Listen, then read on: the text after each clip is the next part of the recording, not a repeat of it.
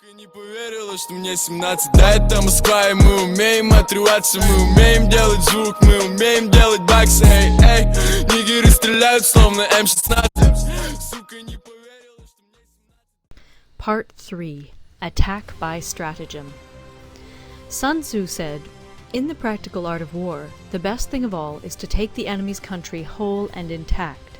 To shatter and destroy it is not so good. So too, it is better to recapture an army entire than to destroy it, to capture a regiment, a detachment, or a company entire than to destroy them.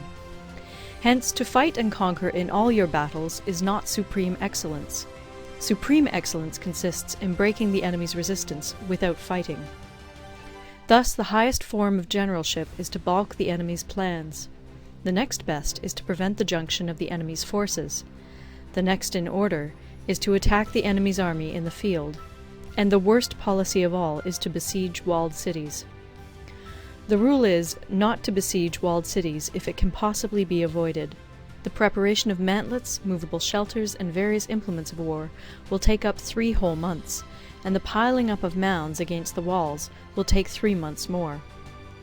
The general, unable to control his irritation, will launch his men to the assault like swarming ants, with the result that 1/3 of his men are slain, while the town still remains untaken.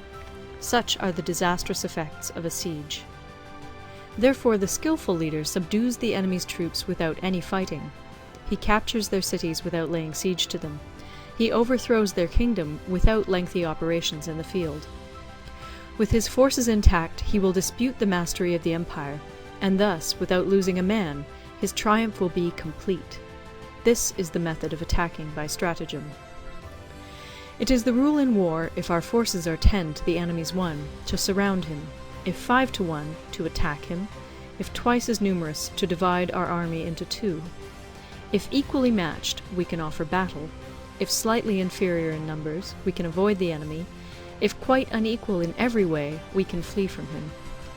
Hence, though an obstinate fight may be made by a small force, in the end it must be captured by the larger force. Now the general is the bulwark of the state. If the bulwark is complete at all points, the state will be strong. If the bulwark is defective, the state will be weak. There are 3 ways in which a ruler can bring misfortune upon his army. 1. By commanding the army to advance or to retreat, being ignorant of the fact that it cannot obey.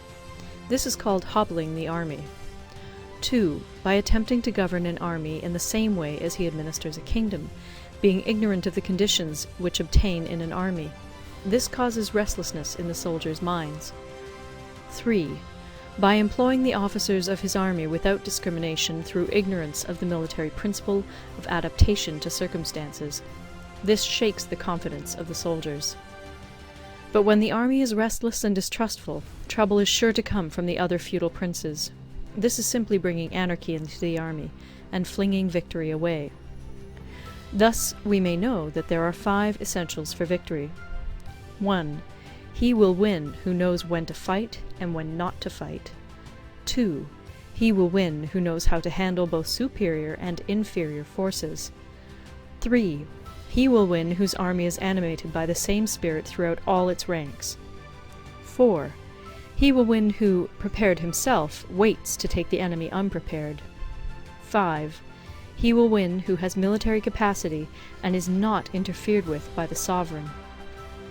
Hence the saying, if you know the enemy and know yourself, you need not fear the result of 100 battles. If you know yourself, but not the enemy, for every victory gained you will also suffer a defeat. If you know neither the enemy nor yourself, you will succumb in every battle.